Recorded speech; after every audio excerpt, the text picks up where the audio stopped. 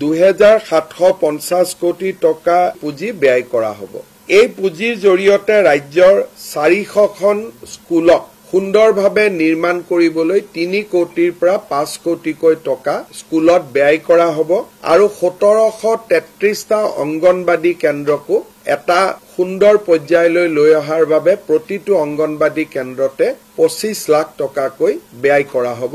আজি আমাৰ ৰাজ্যৰ শিক্ষা খণ্ডৰ বাবে বিশ্ব বেংকৰ পৰা আমি 2750 কোটি টকা ঋণ লবৰ বাবে সিদ্ধান্ত লৈছো।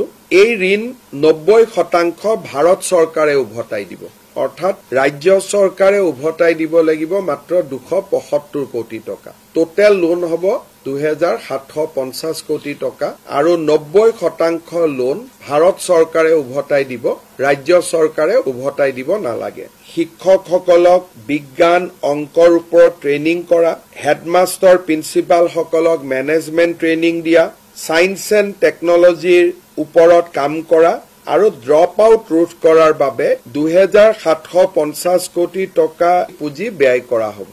এই পুঁজিৰ জৰিয়তে ৰাজ্যৰ 400খন স্কুলক সুন্দৰভাৱে নিৰ্মাণ কৰিবলৈ 3 কোটিৰ পৰা 5 কোটিকৈ টকা স্কুলত ব্যয় কৰা হ'ব আৰু 1733টা অংগনবাদী কেন্দ্ৰকো এটা সুন্দৰ পৰ্যায়লৈ লৈ অহাৰ বাবে প্ৰতিটো অংগনবাদী কেন্দ্ৰতে 25 লাখ টকাকৈ ব্যয় কৰা হ'ব।